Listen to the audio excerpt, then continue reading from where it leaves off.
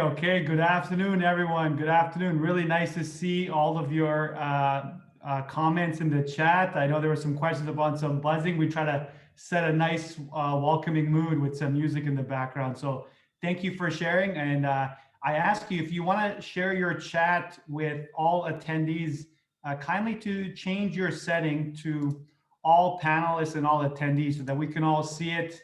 We really want to create a collaborative environment here today, even though we don't have you all on camera. So continue to engage with us in the chat and the Q&A, and just make sure you set your chat setting appropriately. Okay, really great to get some discussion going, and I'll keep my eye out on the chat, and let's jump right into it. So, forgive you there. And if you have more challenges and favorite parts about learning from home, please continue to share them. We love to hear it, and we're going to be talking about these in a little bit. Well, good afternoon, everyone, and really great to see you. Well, to see you, to know that you're here for this webinar, this stream in offered to you by the First Nations Technology Council and the Red Cross of Canada, particularly this session on From Classroom to Camera, tips and tricks for your virtual classroom journey. This began in response to the COVID-19 pandemic, in recognition of the hardships being faced by Indigenous communities, especially in terms of digital skills and access. And First Nations Technology Council reached out, and what they heard was an overwhelming request for how do we become better learners at home. So it's really a pleasure for me, Vanya Terzic, you can all call me VJ if you like, to be here and to share my knowledge and experience with you in this topic. And I'm not alone. In just a second, I'll allow two of our other co-facilitators to quickly introduce themselves, and you'll get a chance to interact with them during our webinar today. So as I said, my name is Vanya. I'm originally from Eastern Europe in a small country called Bosnia. And I've been living in Canada for over 25 years now, and I have experience as an instructor, or I like to think of it more as a facilitator. I like to think of it as creating space for learning with the First Nations Technology Council, as well as University of British Columbia and Simon Fraser University. And so I've had the opportunity to teach both in person. I used to design some courses online to supplement in-person teaching. And as many of us, since COVID happened, all of that teaching has turned into online. And I'm also an online student as well. So I'm going to be sharing with you my perspectives, both from a facilitator, but also from a student. And love to see these suggestions coming in. Certainly less social, and that's what we want to create here, is a bit more of that connection between the students and all the attendees. So that was a little bit about me. I want to next introduce, allow my co-facilitators to introduce themselves and So first of all, from the First Nations Technology Council, we have Tirza. So Tirza, over to you just for a quick intro and what the students sort of can get to know you a little bit better, these participants.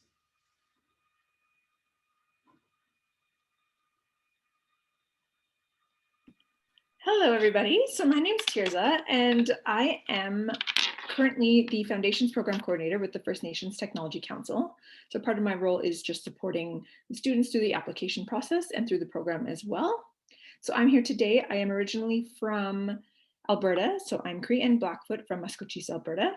And I've been with the Tech Council now for about 1.5 years. So today I'm joining just to be able to answer any questions you may have about our program. So I will be very active throughout the webinar in our chat or Q&A, and then we'll leave some space open at the end for some more questions as well. So welcome, everybody. Thank you so much, Tirza. Really great to have you here and sharing that information with us. Tao, over to you, please, for a quick intro. Love to hear from you. Hi, my name's Tao, or Tao Stassen. I'm from Haida Gwaii. I went through the Foundations program for 3 months, and it was fantastic. So I'm mostly here today as a student reference for what you'll experience while you're in there. Thank you, Tao. And that's such a key element, is that I don't want to be this, I am this talking head, but really so much of the learning comes from student to student discussions and collaboration. So I really appreciate, Tao, you being here to discuss that. Just one more thing before we move on. This session is being recorded, and it will be shared in a recording through the First Nations Technology Council website. So don't feel too stressed about making sure you get everything. If you have a pen and paper, take some notes, but this session will be recorded and shared with you. So I do want you to be as present as you can. Before we get into the topic, I do believe that it's really critical and important for us to identify that where I'm situated, where I'm presenting to you from right now, is as a guest working on the unceded homeland of the Coast Salish peoples, specifically the Squamish, the Musqueam, and the Tsleil-Waututh nations.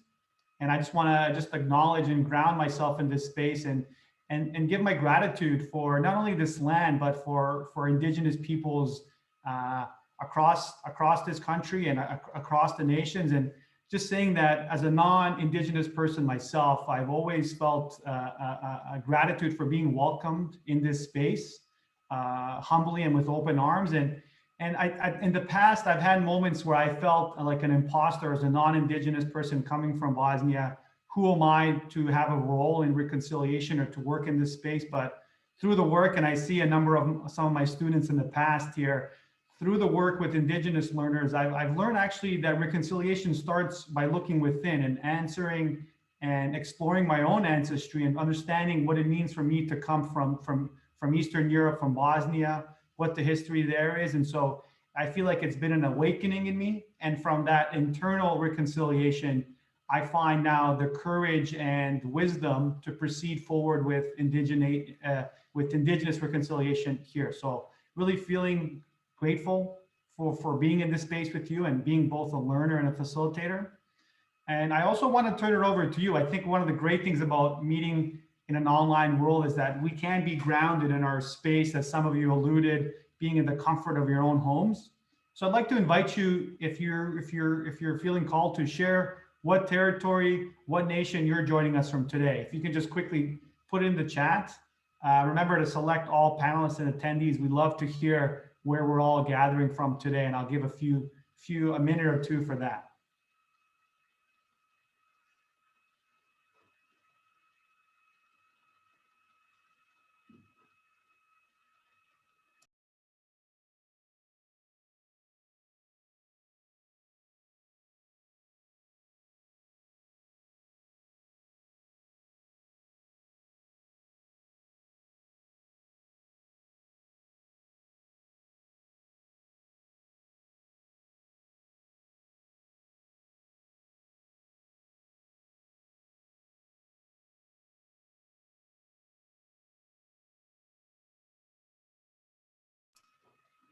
Beautiful. Look at that. Look, from all over. This is the chat is just, it's just It is a lot of beautiful sharing going on there. And just a reminder for those of you, just when you have the two above the chat box, just make sure you select all panelists and attendees. We want to make sure that the other attendees are able to see your responses. I know some of you have just all panelists selected, and so that's only going to me, Tirza, and Tao, and the others from our technical support team.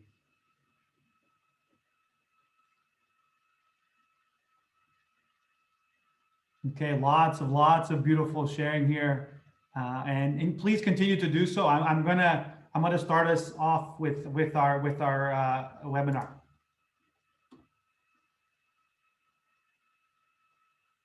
I'd like you to think back to 9 months ago. It was the beginning of March. It felt like our world turned upside down. I remember thinking, what's going on? And you know, once the pandemic hit, it felt like I was forced to put my life on hold. I had to prioritize the things that were the most precious was family, health, yourself, and just sort of that self-preservation and how do you help yourself and others. And it really felt like the world was on hold. Once the initial panic sort of resided, and I know that there's still a lot of anxiety about COVID, we began to ask ourselves the questions of, well, hey, how do we come back to normal? If you are working, how do I go back to work if I can't be around people? If you're a student, how do I go back to a classroom and learn? You know, like there was a lot of questions about, well, how do we continue? How do we learn from home? How do we connect with people, especially as everyone is telling us to do social distancing? And so those are some of the questions I think a lot of us were sitting with and may continue to sit with. And I don't know how to approach online learning. Well, that's what we're here to talk about today, to really explore some of those tips and tricks for your online virtual journey until we're back to a new normal when we can start gathering in person in large numbers again. We don't know when that's going to be, but we're going to do our best until then. And so that's the journey we're going to take you on for this webinar. On this webinar, we're going to be talking about these topics here. So starting with exploring your readiness. What does it mean for you personally to get ready to be a virtual learner? What are some of the tools you can use to connect with the content, with the students that you're in the class with, and also the instructors? Strategies for success. We're going to talk about some, okay, here are the tips, sort of pro tips for you to succeed. And then everyone's least favorite issue, everyone's least favorite subject, the common technical issues. Yeah, I know we got to talk about it. These things happen. And then for those of you considering additional learning and going further in your virtual journey, we're going to have some discussion on what First Nations Technology Council programs look like. And my favorite, which is quite a unique offering that we're presenting with this webinar, is an opportunity for you to stay connected with an online discussion forum for all the attendees of this webinar. So there'll be the chat here today, there'll be the Q&A, but after the webinar, you're going to have a chance to connect with me, each other, and First Nations Technology Council members to sort of ask any additional questions you may have about online learning. Okay, so thumbs up, check mark. Let's jump into it. So what does learning from home look like? Well, believe it or not, this is the classical learning from home look here.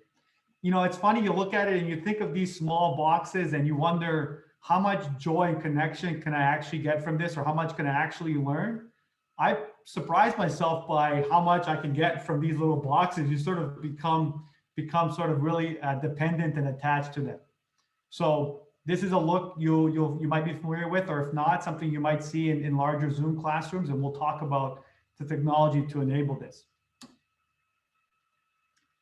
Okay, I'm going to ask you before we jump into this, whether or not you have a preference from learning from home, learning from school, or a combination of both. And Cassian, if I can kindly ask you to pull up that first poll, we'll have the students let us know what they prefer.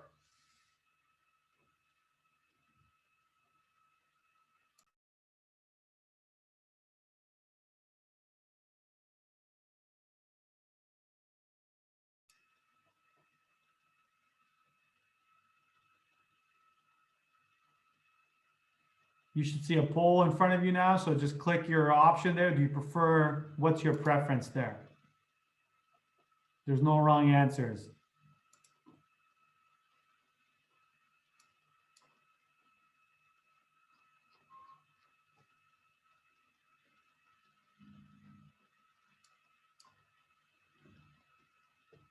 Okay, look at that. Thank you. We have our responses back. And so 42% of you, almost half, said they like to learn from home. 15% like to learn from school. And the last one here, I guess with the slight lead, is a combination of both. And really great to hear some perspectives on that. And when we look at the differences of learning from home and learning from school, yes, they're very different, but there's also a lot of similarities between the two. So we heard earlier, learning from home, you can do it from the comfort of your own home. You can sort of have pajama bottoms and something more formal as a top because you're only on camera. You don't have to have a commute to school anymore. So you have that advantage of being, maybe it's in your bed, maybe it's in sort of a work table in your bedroom or the dining room table.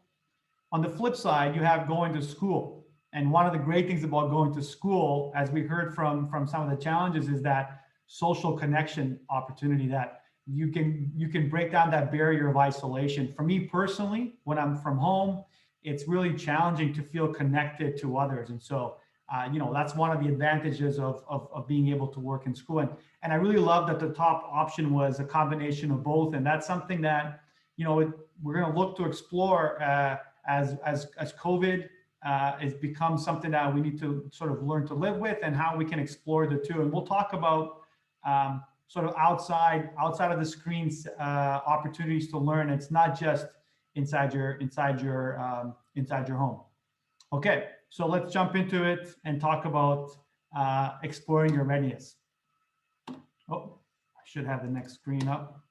There it is. So exploring your readiness, we're going to talk about this in two steps. So the first one is your own personal readiness. What do you have to do from your own self perspective to get ready on a personal level? And the second one is situational. What do you have to do around your area, your environment, to make sure you're ready for learning from home? So let's look at the first one. How ready are you personally? And so the things that I invite you to think about is the experience. What is your experience with online learning? Is it fairly new? Is it intermediate? Is it advanced? And how does that serve you for the course or the webinar or whatever the learning is you're trying to take? So making sure that there's a right fit between your experience and what you're going to be learning in that course. If you need to know a computer programming language at a very high level for the course and you don't have that, well, maybe you need to consider, maybe it's an earlier stage course that you might want to take. Support systems and commitment, I would say, go hand in hand quite well, and that you have to commit. You have to commit that, hey, I'm going to take away my time to be for this 90-minute webinar. Maybe one of the courses that FNTC offers is, oh, I got some sound. Look at that. My environment is changing here. So I'm not sure if you hear that, but there's some construction noise going on upstairs. So I'm going to plug in my headphones here if need be. Oh, I'm going to do that. 1 second.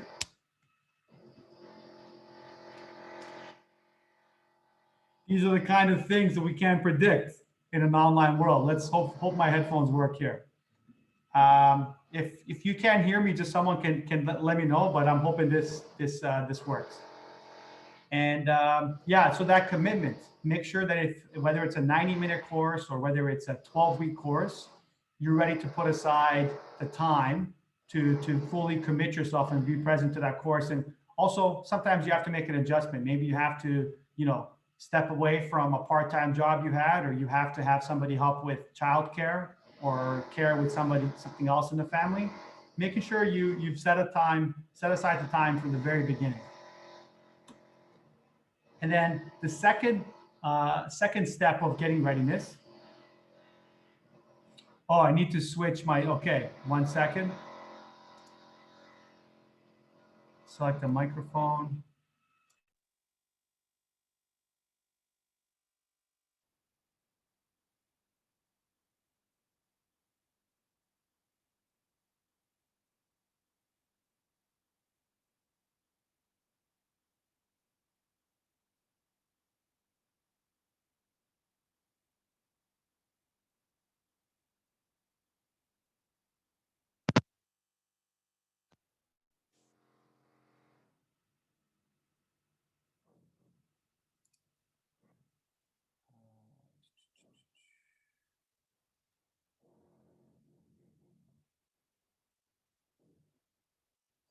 Now you can't hear me. Yes. Okay. Look at that. Perfect. Look, we're figuring this out. Thank you all. I love the chat. Hey, we're all learning technical glitches. Stuff happens. We're gonna have to be patient and forgiving to all of us. Yeah, where was I? So the situational, and exactly, look at that. The timing couldn't have been better. Making sure that you're in a space that can work for you with minimal distractions. And so let's look at the list here. The internet bandwidth. Is your internet fast enough for video conferencing? Is it fast enough for Zoom conferencing? And then if it isn't, make sure that you can either look at improving your internet, or you can be closer to your modem, or maybe it's talking to somebody in your family that, hey, for this hour and a bit, can I ask you to stay off video, and so that I can reserve the bandwidth for the course I'm taking. And then workspace and equipment goes to where are you situated in your house. And I know sometimes the temptation from learning from home is to be either on your bed or on the couch, but really invite yourself. Where is the best space for you in the house to succeed? And are you sitting comfortably? I brought in my chair.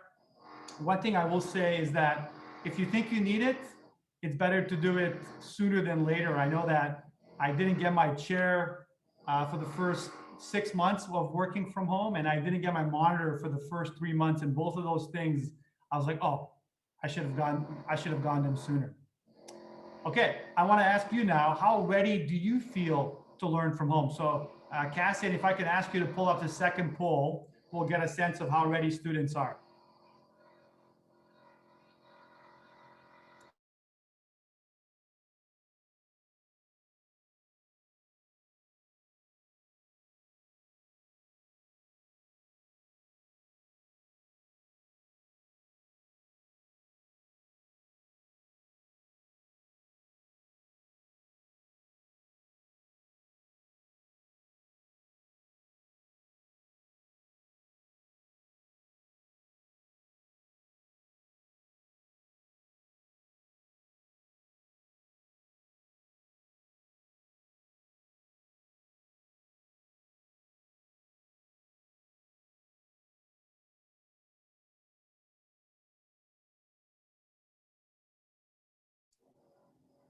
Okay, look at that.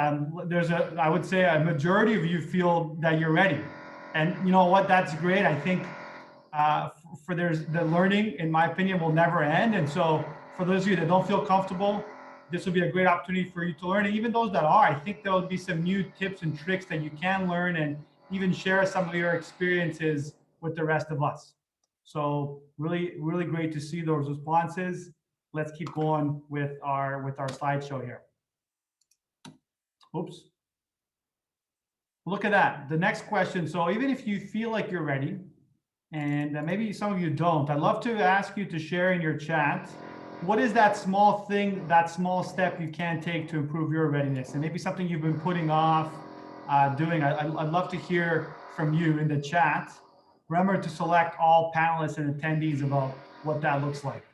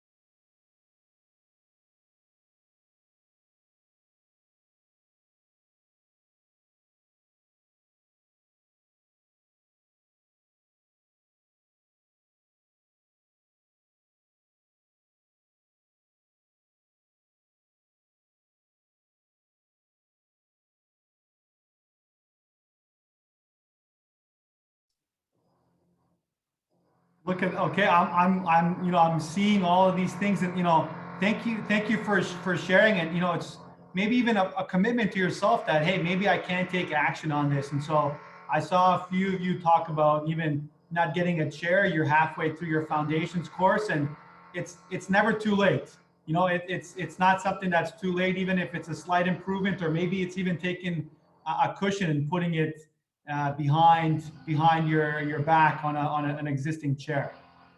Going to bed earlier, Vanessa. Hi, Vanessa. Yeah, I definitely hear you on that. Using you bought the desk already. Okay, Evangeline. Well, please get that desk out and use it as soon as you can. Yeah, written schedule. Kyra, I hear you on that. I sort of have a list of my activities, the key activities for that day. Love it. Love the interactions. And Andrea, to your question in the Q&A about this poll option, certainly we can talk about that in the offline forum, but when you create a Zoom meeting, there is an option to create polls and you pull them up as you're in the meeting. So I'm gonna just say answer that one live. And if you have more questions on exactly how to do that, just ask us in the discussion forum, but you can set that up when you're setting up a Zoom meeting.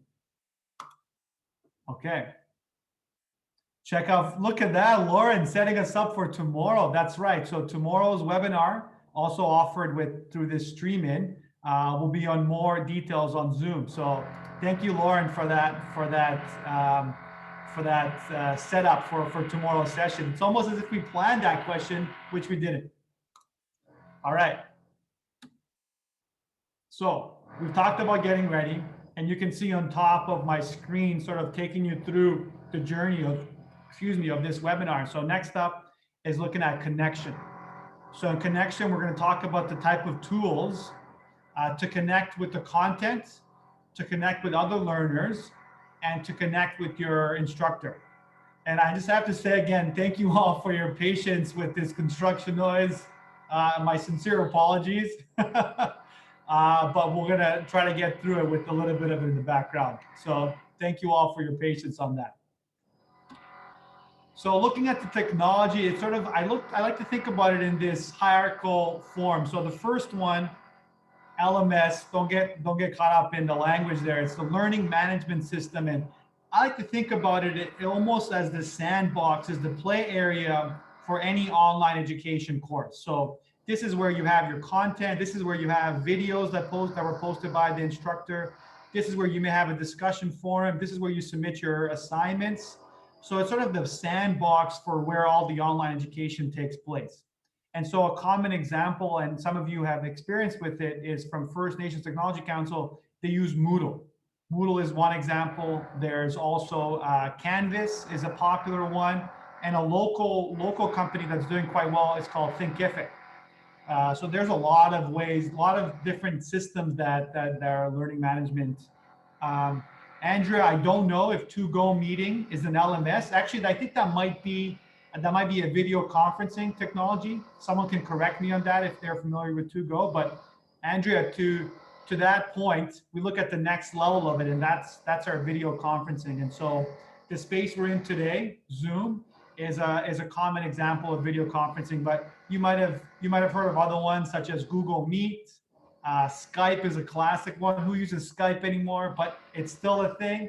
Microsoft Teams is another video conferencing, so it allows us to connect in these sort of video face-to-face, well, not face-to-face, but online interactions.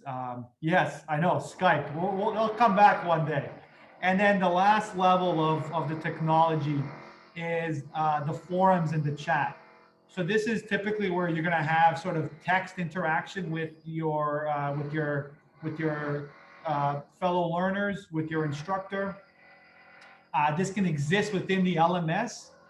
So for instance, Moodle has its own forums, or it can be external to that. So some of you may be familiar with WhatsApp. It's you can have your group chats on there. But a more formal version of WhatsApp is Slack. And so we see a lot of organizations and increasingly more schools using Slack as a way to encourage communication between themselves. And in fact, First Nations Technology Council does use it. As an instructor, I'm on there. The students have used it as well. So those are just the levels of technology to enable connection. ways to connect. Let's look at some ways, and I'm going to ask you a question on that. So it can feel overwhelming. There is Slack, there's Hangouts, there's Zoom, there's Skype, there's WhatsApp. A lot of, there's a lot of different ways, but ultimately they're all similar in some ways that they allow you to either talk in bigger groups or they allow you to talk in smaller groups. So there's going to be times where you're not feeling that you want to talk to a big group. So I'd say the importance is when you look at what ways to connect is to really ask yourself what works for you. Okay, in this present moment, what is the best way for me to connect with the instructor, with other students? And so if you're not feeling like you want to be in front of a camera, maybe then you're just doing an old-fashioned phone call. If it's a topic you don't want to discuss in front of a big group, you can do breakout groups and really get to know 2 or 3 or 4 people in a smaller breakout group.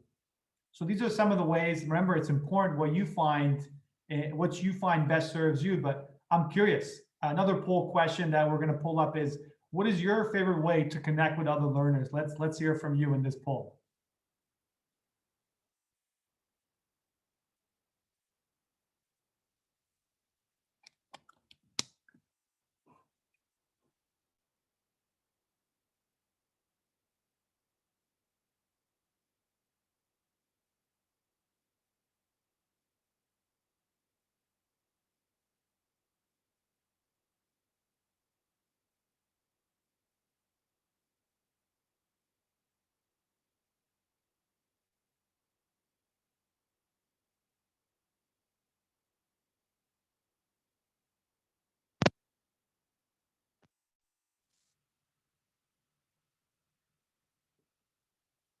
Test. Still nothing. Oh boy.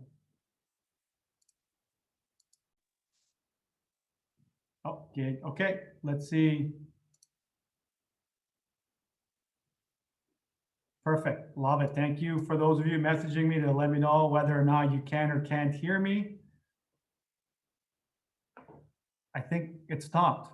I think the construction stopped. So we got through that. Video conferencing breakout rooms. Okay, number in the lead is video conferencing breakout rooms over Zoom. A combination of the above. Okay, so knowing what works well for you. Discussion forum on a Moodle. And then the least favorite one is that good old-fashioned phone call. Maybe it tells my age, but I still love to call people on a regular basis. So, but hey, again, what serves you? And we do know that the conference breakout rooms are a popular way of connecting with students. So again, love to hear your thoughts over these polls. Important reminder, I think this is one we can get in trouble with sometimes, is that when you're communicating online, we sometimes forget about that level of professionalism that we need to keep up. I know it's sometimes, okay, I'm on WhatsApp, people can't see me, I can have poor grammar, I can swear, I can use inappropriate language. Those are things I would really encourage you and invite you to make sure that you're not getting caught up in. So when you're communicating with instructors, with other students, and when you're handing in assignments with specific instructions, I invite you to consider your language. Be formal, be professional. It is still an environment that perhaps enrolled as a student in a school, so there are certain responsibilities you have. And I know it can be tempting, especially when there's no one watching us in our own homes, to be like, oh, I can say whatever I want. So just something to be aware of, and we'll talk a little bit more about the privacy of your messages as well. Okay, let me go to the next slide. There we go. So getting to know how your program uses tools. And so this is just an example of how some tools can be used. But so for instance, Slack, sharing information, having discussion over channels. I find it's the informal version of email. If you're working with somebody in an informal capacity, you probably just want to send them a message on Slack. It doesn't have to be recorded in email. It doesn't have to be as much professionalism, but there is still a level of professionalism. Zoom is great. We're using it right here for either for a webinar, but for most of you, usually we have a panel, we have a gallery of learners. And fun fact, maybe not a fun fact, but your chats are not always private to the meeting host. So the meeting host can download chats afterwards, and that does show private chat. So being careful. Again, you're in an online world. It's important that you sort of continue to be professional and not put things on there that might get you in trouble. And then finally, Moodle is a text-based discussion boards. We talked about using Moodle for discussion boards as well as your learning management system. I haven't tried TELUS Business Connect. Calvin, if you want to tell us a little bit about that in the chat, and also make sure to do it to all attendees. I'm sure we'd love to hear about it. Thanks, Calvin. Just checking my notes here as we go forward. And a final reminder about sort of the tools. At the end of the day, they're just tools. The tools are in only the tools, and they enable the work and the connection, but they themselves are not the work and the connection. I do believe that the heart of it comes from the person at the end of the tools. And so it's how you're engaging with the tool. Regardless of what the tool is, it's your engagement with it.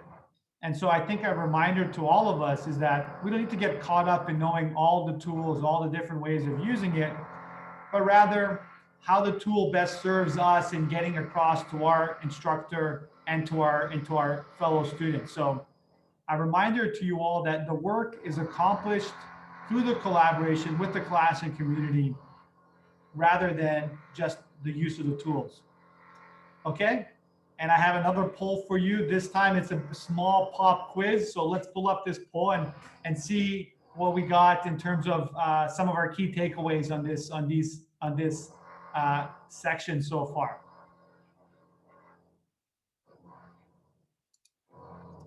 Question 1, the LMS used, well, you know what, you can read it. I'll stop myself from talking.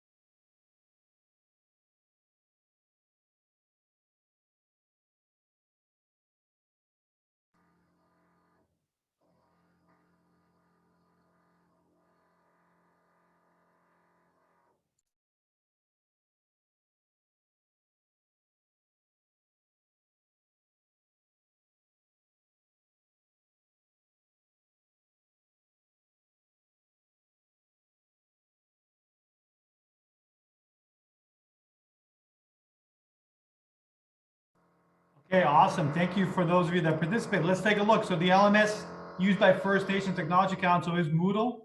Again, there's no right or wrong answers. We're all learning this together. So yeah, that's the common one amongst many other LMSs that exist.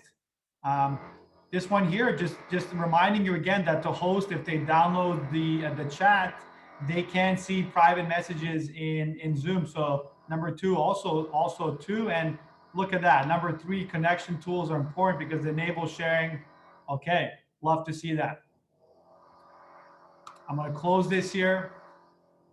And perhaps, I think sometimes where we're in these 90-minute webinars, there's always this pressure of, let's go, we got a lot of content to cover, and we often forget to look outside of our box. And I like for us to sort of practice and sort of the content we're teaching in terms of creating a safe space or a healthy space for our teaching. So I'd like to give us about 2 or 3 minutes for a quick break. So we're going to have a body break. We'll have some music playing, and I'm going to ask you to come back in about 2 minutes. If you need to refill your cup, if you need to do a bio break, or even just stretch and stand up a little bit from your chair, I invite you to do that, and then we're going to get back into our strategies for success. So I'll give you 2 minutes have a little bit of a stretch, and we'll come back in 2.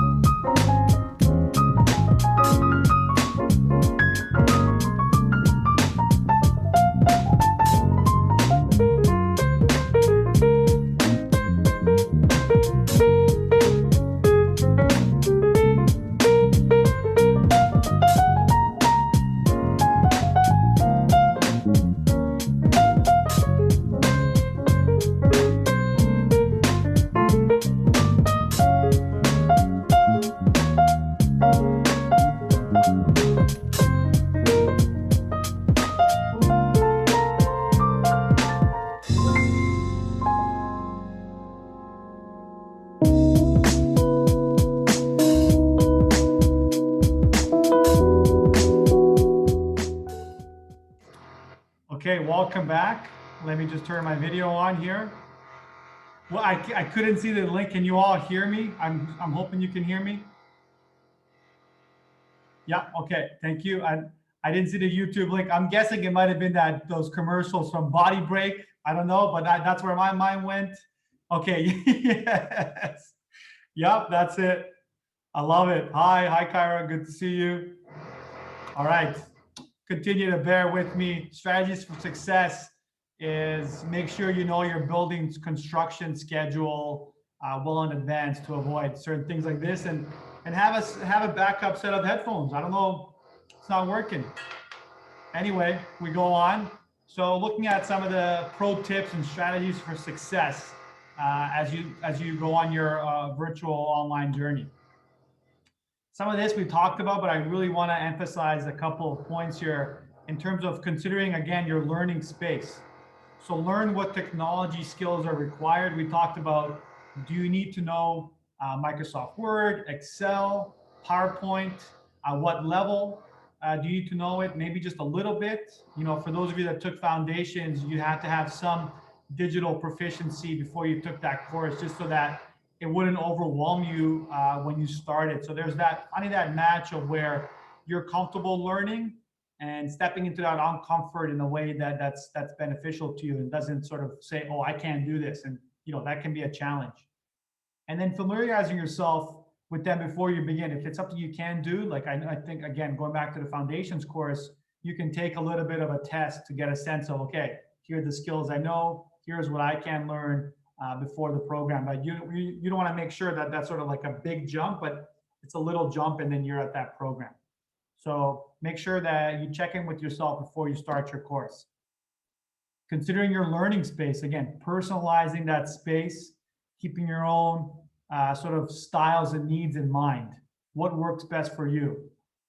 Maybe you want to have a light. Maybe you need to have one of those, what are those, vitamin D lights that sort of give you a little bit of energy. You need to be by a window if you need the lighting. Understanding what it is that you like. We heard from earlier, maybe it's a bulletin board. I have my stickies, so I use a lot of stickies to give reminders for myself of what I need to do. Maybe that's something, excuse me, that you need to have to set yourself up. So just taking a moment to check in with yourself and, hey, what do I need in terms of my physical space to succeed in this learning environment? I heard from some of you that, you know, having ordered a chair and a desk and not having set it up, well, I invite you, it's not too late, set some time aside for that and set that up. I know that I let my IKEA table sit around for a week before. Oh, I got it on my computer. I got my sticky notes everywhere. And then the other thing is, if you have a keyboard, if you have a mouse, you know, using that versus a trackpad is going to be better for your body. And then we heard from some of you, some of the challenges of learning from home are those pesky distractions. And so not only do you need to create this physical space that you're going to be learning in, but also a bit of a mental space is those minimizing your distractions and can they get, you know, a little, it's not just so many phone calls, it's the additional phone calls, all the little text, checking everything, it all adds up. And the next thing you know, it's midnight and you haven't finished that assignment. Look at that, I love it. There's two monitors, Charles. I love it. And I'm using a second monitor. We're going to hear about what's important in your learning space. So make sure to log out from your social media. You want to pause your on-screen notifications. If you have Facebook Messenger open, make sure you pause that while you're in the class. Your phone, make sure it's out of reach. I know sometimes there's a temptation, we're on our phones all the time. Make sure that's slightly out of reach. Okay, now let's communicate with you all in the chat. What is important to you in your learning space? What are some of those things that make you excel in your learning space? So we heard some here, 2 monitors. We'd love to hear from others in terms of what's important to you.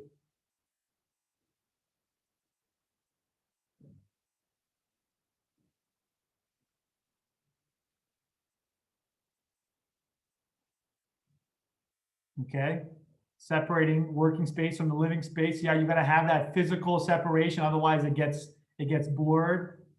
No cats in the room. Some people like to have cats in the room, but hey, that Tyler, that's important, that it can be a distraction. The superpower of regular use of sticky. Okay, I'll think about it like that. This is my superpower right here. My cats are jerks. Well, yeah, that's tough. If you gotta make sure you're comfortable with your cats. Coffee. I got my tea. Oh, a clean space, Amber. I know that feeling. You want to declutter the space, helps declutter the mind. Hey, Tao, I'd love to hear from you if you don't mind taking off your camera for us. Just what's worked for you in sort of your learning space you can share with us. Sure, yeah. I definitely agree with the double monitor thing. That is very important, especially while you're doing these classes. Like, you might not want to have your camera on the same monitor as, as you're looking at doing your work. So, that's extremely handy. But I'm also a big advocate of standing desks, especially if you have the ability to rise and lower it. That is awesome. You're gonna get fatigued. Even if you're just sitting there doing nothing, you're gonna get fatigued. And like right now, I'm kind of like sitting in this rocking chair that's really padded and like it's kind of like a really comfortable chair. But even this, like I just can't sit in it all day, so I need to stand up. And then for me personally, like I agree with the trackpad thing too. Like using the laptop's trackpad's pretty hard sometimes. Like after a couple hours of just like scrolling around with it. So I've actually got two mice. Like I got one for my left hand and one for my right hand. Um, so I'm very set. I'm very set for the long haul.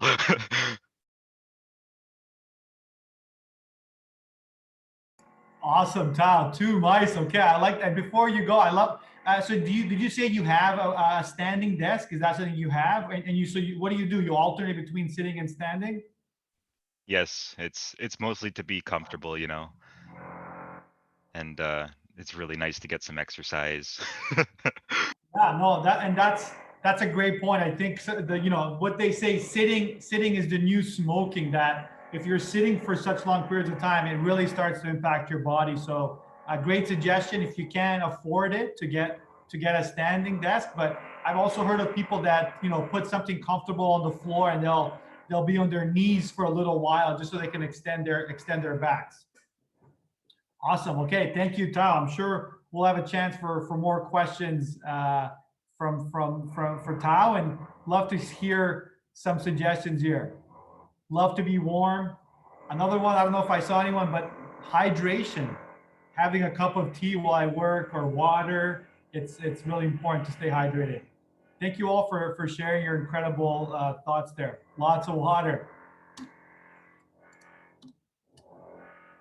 Another invitation is that I think the misconception is that virtual learning means that you're always behind the computer, and I don't think that needs to be the case. It is important for us to connect on our Moodles, on our Zooms, on Slack, but it doesn't just have to be in that. I think it's important for once in a while think outside the box. And an example is that the FNTC drones program is where students are able to still do online learning, but they're able to also take their drones outside and fly them in a safe space. So you can still take virtual learning and incorporate elements of being outdoors.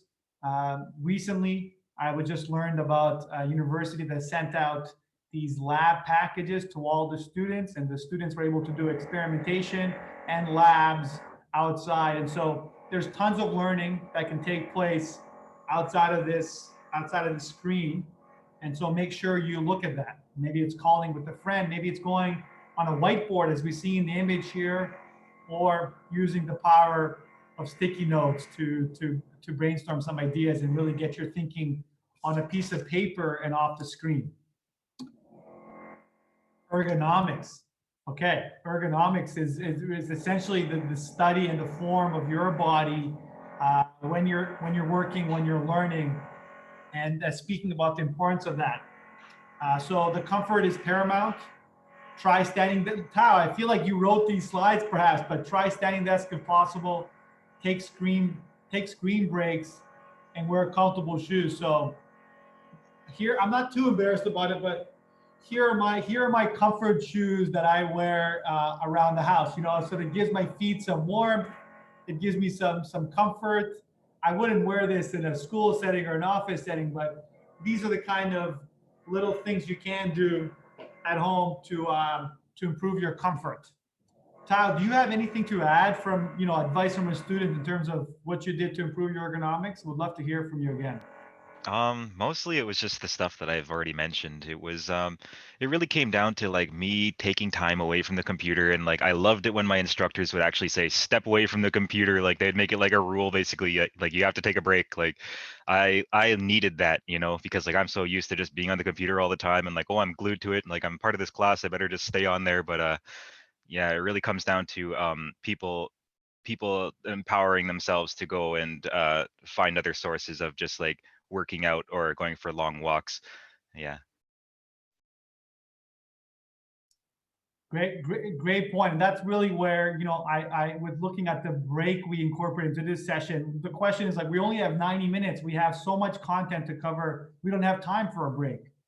But I do think it's important that we're practicing sort of these healthier habits, and that, we try to encourage students to do take a screen break, but also for yourself. If you have to turn off your camera for a little bit, or if you have to look out into the distance and still listen to what's being said, do that for yourself. Maybe you want to stand up for a little bit, stretch your shoulders. Those are the kind of things that, you listen to your body and do what's helpful for you while still being respectful to that learning environment. Okay, let's take a look at another tip for success, or strategy for success, is managing that time. So as we talked about the importance of commitment, the importance of support, know that you're going to be dedicating a certain amount of time. For those of you in the foundations program, that's not a small commitment. You're in, I believe it's a 3-month, 12-week course. And so you want to make sure that to the best of your abilities, you can commit for these 12 weeks. I'm just going to pause and take a look at some of these great suggestions. Wireless headphones. I like that one. You can sort of walk around and still listen. And so that's a really great suggestion. Look at that. Wireless headphones is almost like a cheap version of a stand-up desk. So you don't have to have all the fancy equipment, just have your wireless headphones. Google Calendar helps managing time and scheduling. And then Emma mentions this 20-20 rule. Every 20 minutes, take 20 seconds to look 20 meters away. Okay, you know what? Let's do that right now. I feel like we're at the point in this session where I'm going to put us on a timer. Let's take a look at somewhere in the distance just for 20 minutes, 20 seconds. Look around your space, notice something maybe on the wall or a painting or a window. Just sort of give yourself an opportunity to step outside of the Zoom classroom and really feel yourself in the space that you're in. Look at that. That was 27 seconds. And so that flew by. That wasn't too hard to do. Thank you for that suggestion, Emma. Know your class schedule. So we heard using Google Calendar to sort of plan it out. And I do that too. I have my chunks of time for study, for class. I even have lunch in there. Planning little things that you make sure that you're doing them.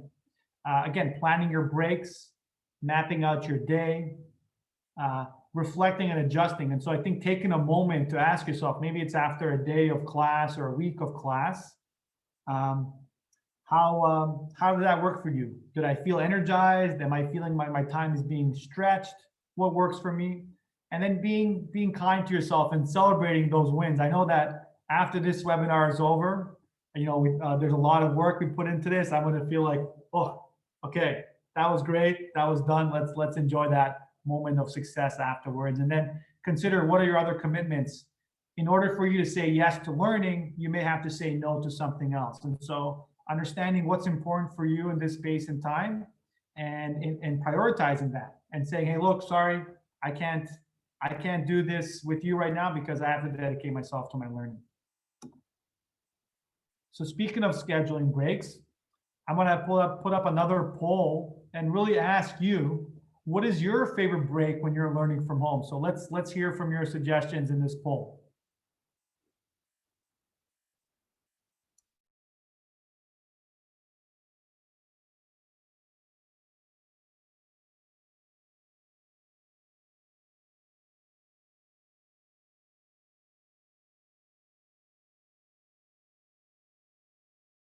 Feel free to put something in the chat if you don't like all the options. Food makes me happy. Chips are my weakness. Sweets are for me. Put it in the chat if you didn't like all the poll options. Maybe we missed some key ones. And we'll get a chance to hear from you in a moment as well.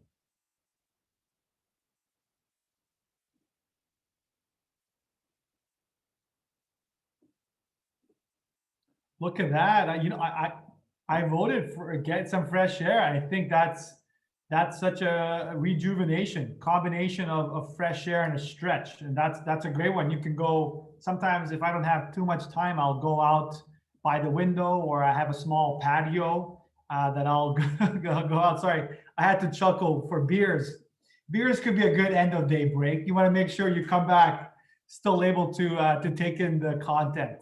Having a snack, power nap, stretch. Love to see stretch high up there. Again, even as I'm sitting right now, I'm slouching over, making sure that my back is in a good posture and I'm not hurting. Snuggling with kitties.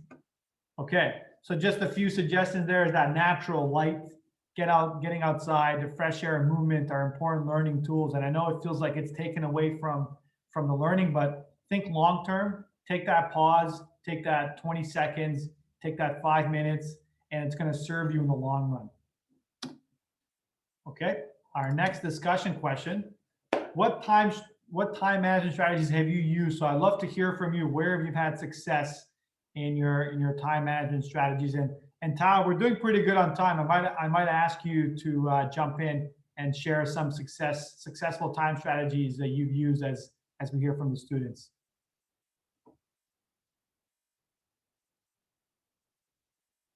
And Tirza, I might get you as well, just to share with your experience with students in the past. What have you seen that works or doesn't?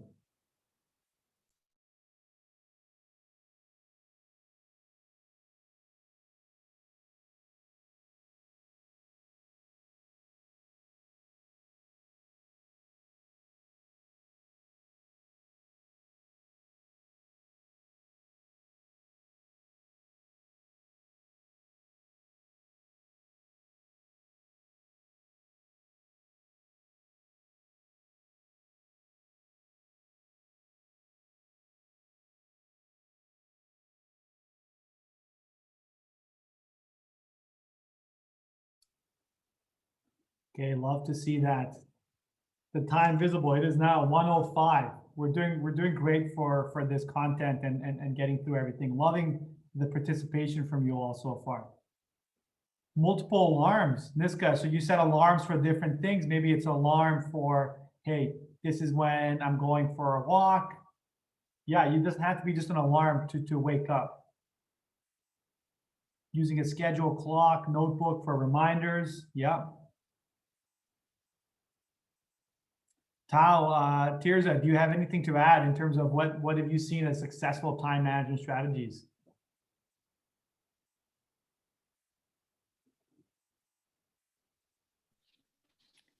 In terms of students, I actually haven't had too many students share their time management strategies, but I have had students let me know that it helps them better to focus in class when they have the material available to them ahead of time.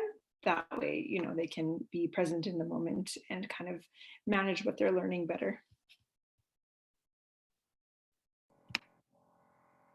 Oh yeah, awesome. Thank you, Tirza.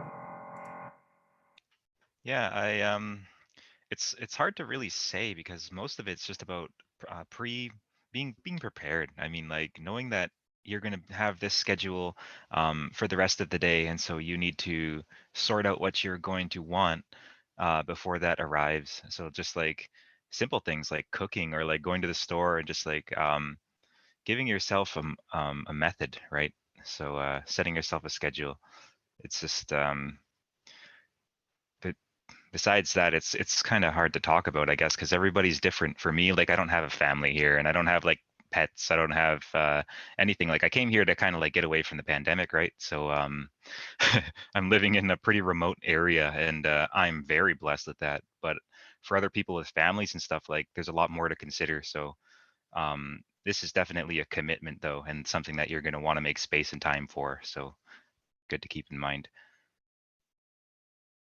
Yeah, that's an excellent point, and I feel similar to you. I feel blessed in that I don't have young kids or other sort of people in my immediate life that I need to sort of dedicate my time to take care of. So you know, the parents that are in school and that are working, these are the unsung heroes in time of COVID. And I think Tirza and Tao both mentioned a key point there is being proactive. So I think it's setting yourself up for success from the first step, setting your table up so that you're going to win from the beginning. And versus, it's difficult once you sort of start on the back foot. Once you're already behind, it's more challenging to catch up. So maybe it's reviewing your slides in advance, or waking up a little bit earlier and showing up for that class fully present. So great points. Love all the discussions in the chat. Let's keep going in our slide. Come prepared to be present. So speaking of, look, we almost set these transitions up, but it's sort of being that proactive level of preparation beforehand. So showing up online as if you're joining a real class face to face. So I know that we're not having that feature in this webinar, but coming to class, I think appropriately dressed, you're ready to learn, you have what you need.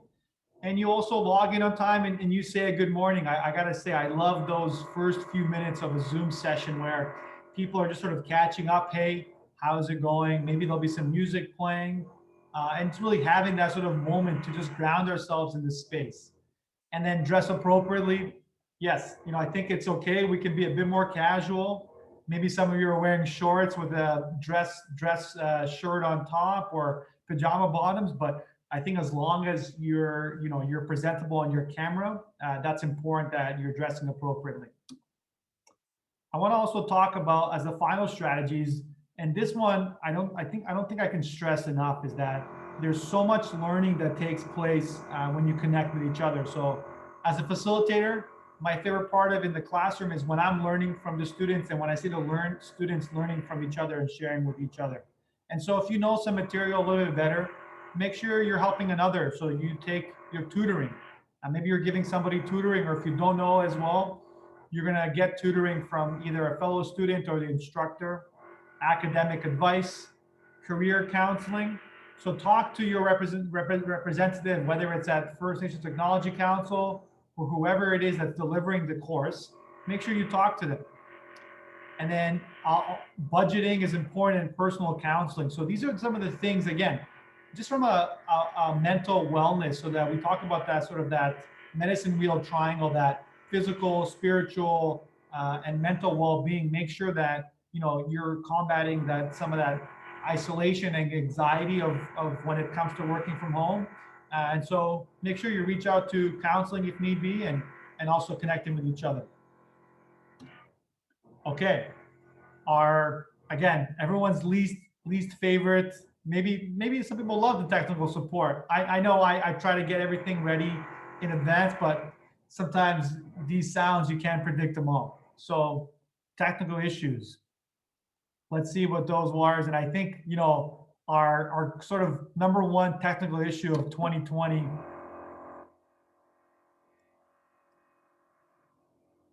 You're on mute.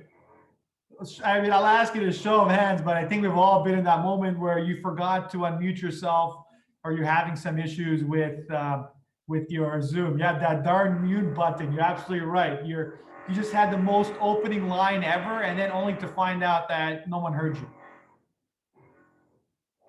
Come on, it's that's the challenge. We don't have these. We can't rely on visual cues to communicate. We're so dependent on our words to get our points across. So keeping that in mind, here's some troubleshooting techniques for you that, as you saw, I was unsuccessful in doing. So you may want to check in with others who have more success. But two common issues: your internet connectivity. If your bandwidth isn't working as well, so you may want to turn off your video. You may want to go closer to the modem. You may want to ask your family members to sort of not use the internet, to do heavy internet usage when you're in a classroom.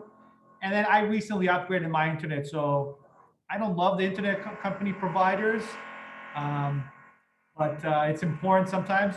Tao, I love that tip. The space button, you can temporarily unmute yourself while it's being held down. Keep the kids off Fortnite. That's right. That's going to use a lot of internet. Yeah, that's right. If you have two laptops, sometimes you can have a lot of overlap with the sound, and there's a lot of feedback. And then another one is forgotten passwords. Maybe it's your password to your Moodle account. Maybe it's your password to your Slack account. Just sort of in the context of online learning. make sure you remember that. You know, I wouldn't recommend writing it down everywhere, but if you have the power of a sticky note, you can write down your password, put it in a safe space where not anyone can find it, and make sure you can remember your password, because there's a lot of different software we're all using in this COVID world. So make sure that you're keeping track of them. And yeah, and Chastity is mentioning here having to reset. You know, a lot of us reset. And Daryl, actually, thank you for that. I was going to my next point. So thanks for getting ahead there. Is the using a password manager. So there's certain apps you can use and certain software that helps you keep your passwords in an online version. You don't have to write them down. You can keep them in a digital version. Remember, just a few final things as we wrap up on our connectivity issues is be patient with yourself. I'm trying to be patient with myself as we're hearing this construction noise. Glitches happen. We did all the things we could before the session to make sure there wasn't going to be issues. I should have tested my headset before, but I know to do so in the future.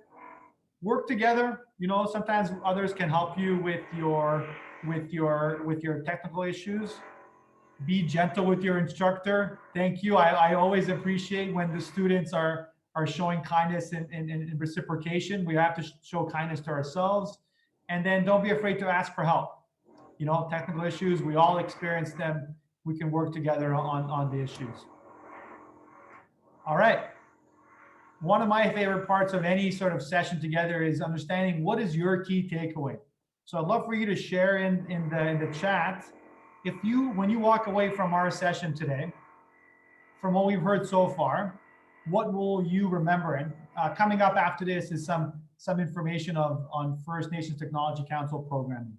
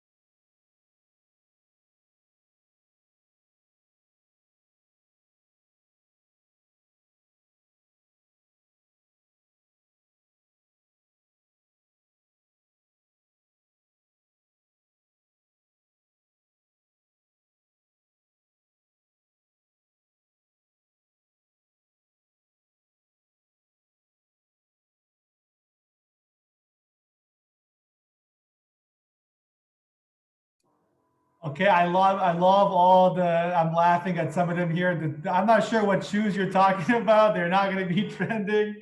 I'm seeing some takeaways regarding the private Zoom messages. Yeah, that's a really big one. I have to remind myself of that one once in a while. Yes, that was the setup. The construction noise was set up, and I don't think I did a great job adjusting. Keep your key takeaways coming. I do want to take us to our next session as we look to wrap up in the next little bit here.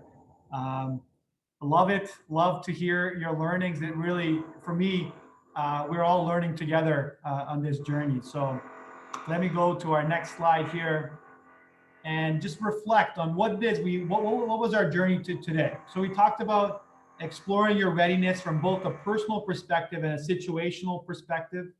We talked about the tools you use to connect, whether it's Slack, Moodle, and remembering that it's not just about the tools, but it's the people behind it and how they connect with each other. We talked about strategies for success, whether it's the 2020 rule to sort of get outside and stretch, reminding you about that personal wellness perspective. Lots of lots of good takeaways. Standing up, yeah, don't want to sit for too long. Common technical issues and some solutions. Don't be on mute. And then also we're going to get into it, but more about FNTC programming and how how you can continue on your journey. And I'm loving all the great messages here. We really did want to make this an interactive and not boring webinar.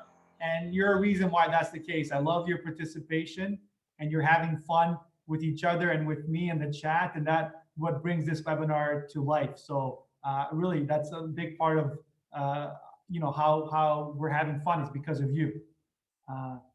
Let me go to this slide. So we started with a look back 9 months and thought about what a frantic time we live in. How will I ever succeed in a virtual online learning world? When do I go back to normality? And I hope after our discussion today that maybe that long-term vision is looking a little bit clearer. Maybe you feel a little bit more grounded in the tools that you have at your disposal to succeed in an online world, and that you're feeling a little bit better about what that journey looks like. So I hope that you're feeling a bit more clarity, that vision is clearing, and that in the next 9 months, you feel better about whether it's online virtual learning or a blending of the two, or whatever else we may have to encounter. So thank you for going on this journey with me. And I want to discuss next about how do you put that practice, how do you put that learning, how do you put our learnings today into practice? And so one way is with, First Nation Technology Council programs. And so I know some of you are already members of that, but if you aren't and you're considering it, I want to give you a quick journey of what that is.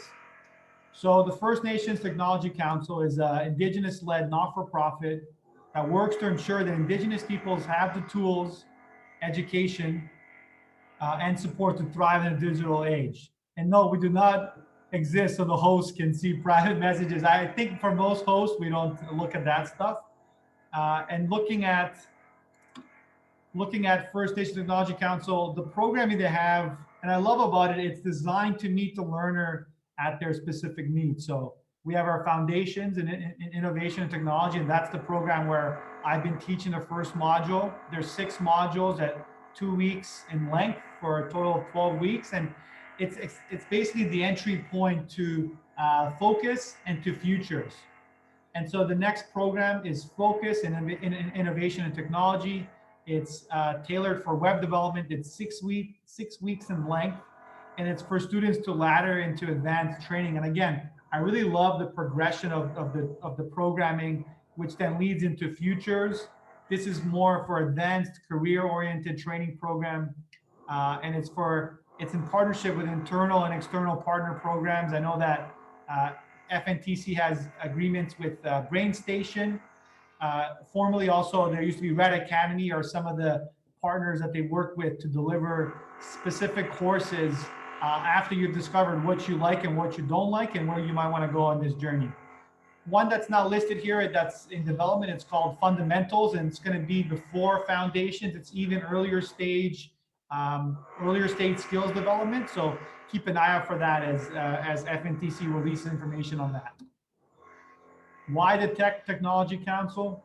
Well, for those of you that have been involved with it, you'll know that it's custom curriculum for Indigenous learners. I think at the heart of it is Indigenous ways of knowing and Indigenous learning methodologies. These are really at the center of the Technology Council's courses. Experienced instructors, and I don't want to just say expertise, because I think that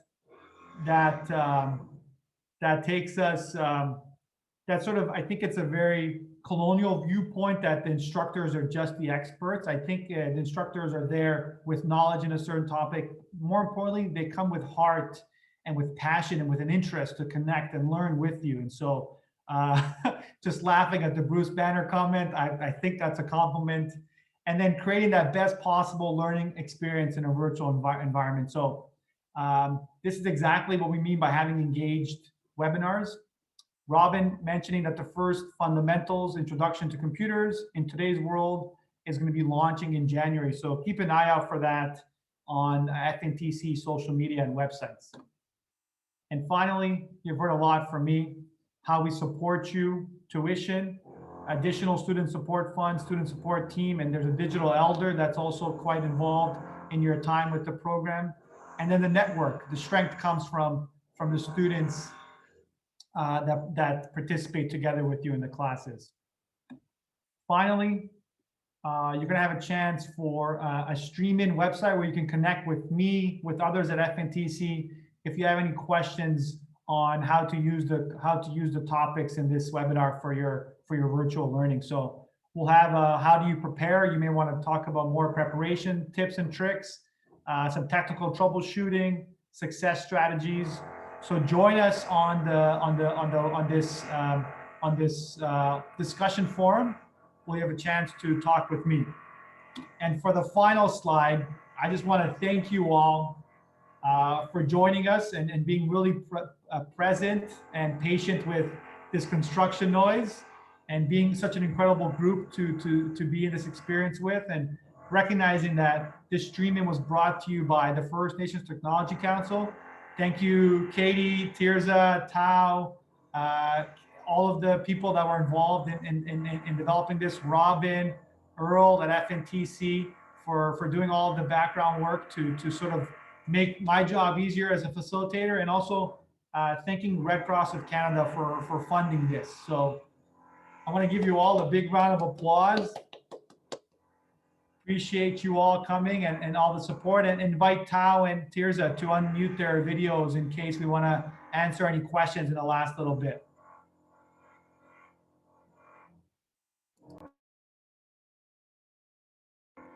If you have any questions, put them in the chat. Tao and Tirza, if you have anything you want to add at this point, we'd love to hear from you. I've been talking for far too long now.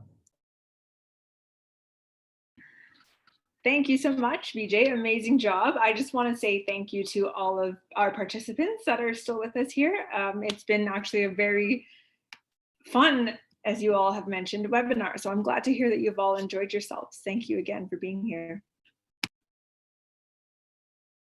Yes, thank you very much. It was awesome. I'm really happy to be a part of this, and I really encourage people to sign up, not just because like I'm not told to endorse them at all, but I will anyways, because I really appreciated the program and I love the people who were working there, and everybody was very helpful. Right now I'm in the Futures program taking UX design, so that's through BrainStation, that's through something else. So you're not really getting the same type of general feel. I find that the feel inside of these foundations courses was very much like family, was very much like community, was more, you didn't feel so siloed when you're in those classes. And so I really appreciated being a part of that. And I would really encourage people to do that, to sign up. So yeah, thanks.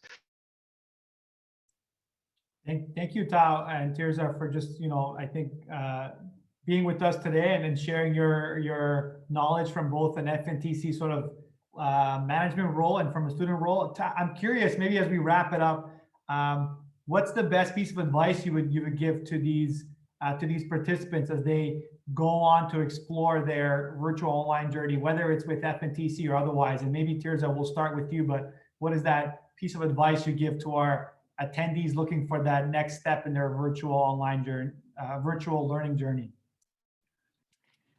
Well, for me, I would say apply, just apply. There's no harm in applying for whatever program it may be. Maybe you feel like you don't have the experience or the credentials, but as always, the worst thing can happen is a no or a recommendation for another program, right? So apply if that's something that you're wanting to explore. Yeah, I would back that up, and I would say just follow your heart, and you'll end up somewhere good. Oh, well, those are beautiful words to end on from both of you. Just apply and follow your heart. So we're 3 minutes early. If we can give you the gift of 3 minutes and finish early, let's do that. Thank you all. Goodbye, and thank you for joining us again today, and hope to see you in the discussion forum and in future webinars. Thanks again all for your patience, and take care. Bye.